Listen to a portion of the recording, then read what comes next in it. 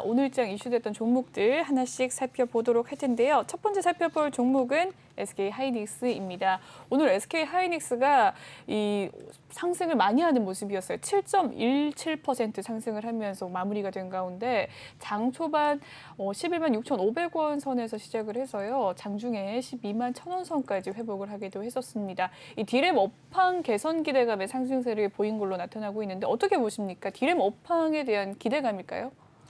일단 지금은 디램 가격이나 이런 부분들이 안 좋죠. 예, 지금 당장은 업황에 대한 기대감이라기보다 네. 아까도 말씀드렸지만 너무 많이 내려왔죠. 너무 많이 내려왔고 네. 너무 많이 내려왔고 내년 상반기, 내년 1분기까지 계속적으로 실적은 안 좋아질 거예요. 안 좋아질 건데 다만 그게 이제 많이 반영이 됐고 그리고 이제 코스피 지수가 좀 이제 올라갈 자리에 이제 있다 보니까 가장 먼저 이제 그 떠오른 게 삼성전자와 하이닉스지 않았나 싶고요. 일단 두 종목의 그런 어떤 삼성전자, 하이닉스 이 두 종목 자체가 그 최근에 이제 그 반도체가 뭐 피크아웃 논란 그런 부분 때문에 좀 계속 부진한 실적을 보여왔어요. 그래서 주식은 이제 계속 내려왔죠. 지금 하이닉스 같은 경우도 그렇고 하이닉스는 먼저 조금 돌리긴 했었는데 네. 삼성전자는 이제 그냥 굉장히 지루한 모양의 모습을 보이다가 그러다가 오늘 약간 서프라이즈로 그냥 좀 올랐죠. 이게 이제 미국의 마이크론이라는 회사가 좀 그 금요일 날 상승을 하면서 일단 우리나라 시장에 그 반도체 쪽에 어떤 관심을 좀 불러일으켰고요. 지금 시장은 이제 내년에 좀 상반기 메모리 가격이 지금 좀 하락이 예상보다는 그래도 좀 완만하게 조금 지나가지 않을까 하는 어떤 그런 기대감이 좀 있고요. 이제 결국에 지금 메타버스 굉장히 핫하잖아요. 메타버스라는 것 자체가 이제 굉장히 핫하다 보니까 그 메타버스 쪽으로 투자가 많이 되고 그런 어떤 서버 수요 증가가 계속적으로 일어나면 그 생각보다는 이제 메모리 그 메타버스 관련된 그런 어떤 시설 투자라는 게 사실 메모리 쪽에 굉장히 큰 비중이 있거든요. 그러니까 지금은 내려오고 있지만 가격이 내려오고 있지만 네. 내년 상반기 정도 되면 그냥 오히려 좀 내려오는 하락이 시장에서 예상했던 것보다 좀 덜하지 않을까 이런 생각을 지금 시장에서 하고 있는 것 같아요. 그래서 이제 내년 상반기까지 그런 어떤 반도체 업황 둔화 이런 부분들은 이미 좀 반영이 다 돼 있지 않나라고 지금 생각을 하는 거고요. 하이닉스 같은 경우는 지난달 13일에 한 9만 원 정도를 터치하고 그리고 와서 좀 이제 그 바닥에 나온 듯한 모습을 보였었는데 이제 좀 점진적으로 회복을 보이고 있는데요. 일단 지금 오늘 같은 경우 좀 의미 있는 상승이 나오지 않았나. 이제 삼성전자도 마찬가지고 하이닉스 같은 경우도 마찬가지고 삼성전자가 특히 좀 약간 의미 있는 상승이 나왔죠. 하이닉스 같은 경우는 좀 올라오다가 오늘 좀 상승이 나온 거라서 제가 지난번에 말씀드린 것처럼 이렇게 올라오면 이게 121선 돌파 매수라기보다는 좀 이제 조정을 좀 생각해야 되는 타이밍이기 때문에 지금 당장 내일 모레 이렇게 살 자리는 아니죠. 예, 지금 당장 내일 모레 이렇게 따라갈 자리는 아니고요. 일단 그 121선 돌파하면서 좀 이 흐름을 벗겨내는 요 흐름을 지금 이 하락 추세를 벗겨내는 흐름이 나왔어요.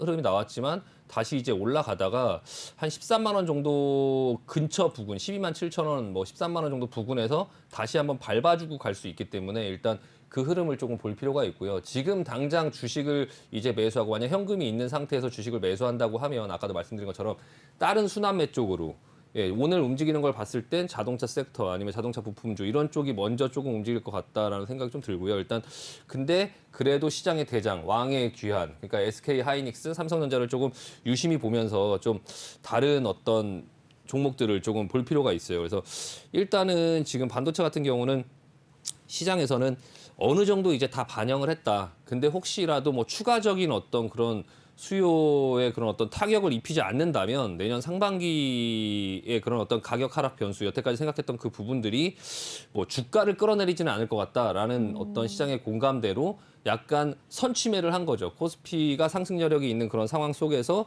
그러면 어떤 종목을 사야 되냐라고 할 때 그냥 대장주 쪽부터 먼저 메이저들이 먼저 매수가 들어온 거고 그리고 나서 그 다음에 오늘 강하게 들어온 이 매수가 계속적으로 이어질 것 같지는 않아요. 제 생각에는. 계속적으로 네. 이어지기보다는 다른 쪽의 어떤 섹터에 조금 더 활발하게 좀 불어넣지 않을까. 그래서 또 다른 쪽의 섹터들을 이 종목들을 기준으로 보되 다른 쪽 섹터군들을 조금 같이 유심히 볼 필요가 있다라고 말씀을 드리고요. 반대로 아까도 살짝 말씀드렸지만 그동안에 이제 시장을 좀 주도했던 2차 전지 소재 업체들이나 아니면 네. 게임주라든지 뭐 네. 그런 종목들 오늘 급락했어요. 뭐 카카오 게임즈, 뭐 솔루스 첨단 소재, 뭐 펄어비스, 첨보, 뭐 LNF 이런 종목들이 하락폭이 좀 크게 나왔거든요. 네. 카카오 게임즈 같은 경우는 장중에 뭐 마이너스 10%까지 갔고. 음. 얼마 전에 그 게임 그 방송통신위원회 위원장인가 뭐 어떤 그 게임에 관련된 어떤 위원장이 그런 말을 했어요. 우리나라는 NFT 관련으로 게임을 할 수 없다 법적으로. 이게 무슨 말이냐면 네. 해외에서는 그쪽에 관련된 게임들이 인기예요. 게임을 하면서 돈을 벌 수 있는.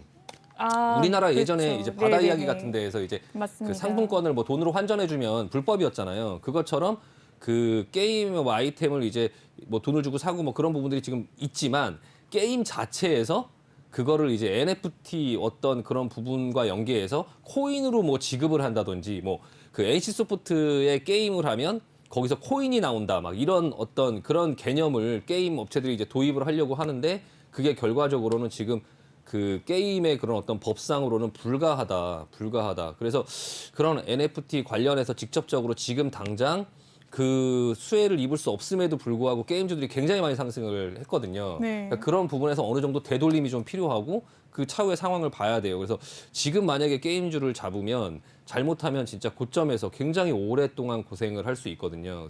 그게 나중에 다시 간다 하더라도 그 NFT 관련 부각에서 다시 간다 하더라도 그때 내가 안 들고 있을 확률이 많아요. 그러니까 종목이 이만큼 내려왔을 때 요만큼 조정이 나왔을 때 여기서 잡는다고 치면요. 여기서 이거를 여기에서 올라갈 때는 안 들고 있을 확률이 많다는 거죠. 이게 지금 이해가 되시나요? 앵커님께서는?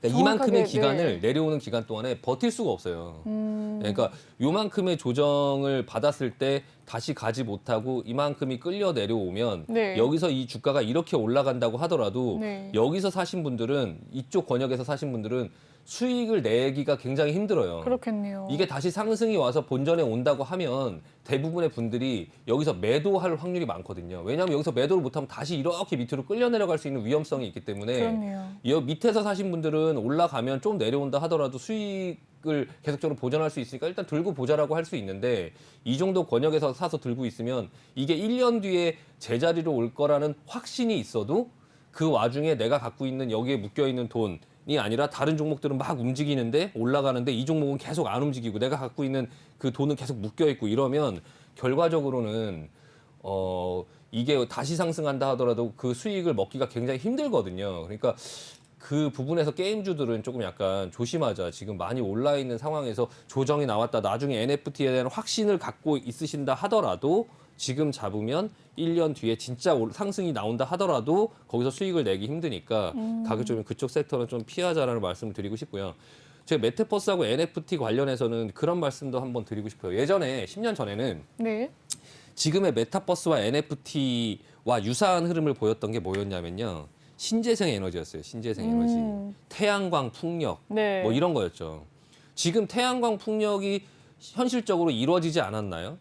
지금 이루어졌어요. 이루어졌어요. 네. 태양광과 풍력으로 전기를 만들죠. 네. 근데 지금 태양광과 풍력 주식들은 어떻게 됐나요? 그 당시에 대장이었던 태웅 지금 없어졌어요.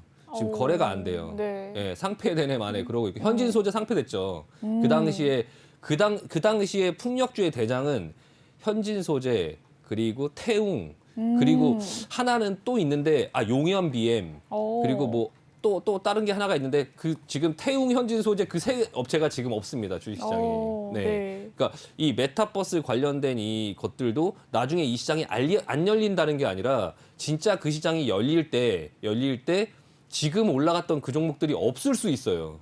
예, 주식시장에. 그러니까 그 메타버스 관련된 그 부분을 기술적으로 보셔야지 지금 올라가는 그 부분에 기술적으로 보셔야지 그 영역에 이게 뭐 페이스북도 메타로 바뀌었고 그쪽 메타에 투자를 한다라고 해서 지금 그 메타버스 관련주로 대장으로 올라가는 그런 종목들을 잡아서 10년을 묻어놓는다 이런 생각은 절대 하시면 안 돼요. 우리나라 주식들은 그렇게 투자를 할 수 있는 주식들이 몇 개 없거든요. 예, 몇 개 없어요. 하물며 포스코조차도 10년 전에 가격을 아직도 회복을 못하는 그 당시에 네. 가격을 그때 포스코 100만 원 간다 그랬죠. 예, 그때 100만 원 간다 그랬는데 그 10년 전에 가격을 아직도 회복 못하고 있고 그 한국조선해양으로 있는 현대중공업 이런 종목들, 그 삼성중공업 그때 막 6만 원, 7만 원 뭐 이렇게 계속 올라갔었죠. 삼성중공업 지금 뭐 5천 원이죠, 5천 원. 10년 전에 10분의 1 토막 났죠. 그러니까 그런 대기업 주식들도 10년을 이어가는 그런 회사의 상황이 어떻게 될지 굉장히 알 수 없는 그런 상황 속에 이 메타버스라는 이 옛날에 신재생에너지 같은 그런 어떤 꿈을 가지고 있는 그런 회사들에다가 너무 많은 비중을 투자해서 그거를 너무 오랜 기간 동안 투자하려고 하는 그런 마인드로 접근하지 말자라는 말씀을 다시 한번 드리고 싶어요. 지금 이 주가의 그런 상황 속에서. 그러니까 그런 부분보다는 좀 오늘 움직이는 종목들 이후에 움직일 수 있는 종목들, 그런 종목들을 좀 관심을 갖고 지켜보는 게 좀 합리적이지 않나라고 생각합니다. 네. 네, 좋습니다. SK 하이닉스 이야기를 나눠보면서 이 다른 기존에 올랐던 메타버스와 NFT 게임 관련주까지 또 살펴봤는데요. 다음 종목도 살펴보도록 하죠.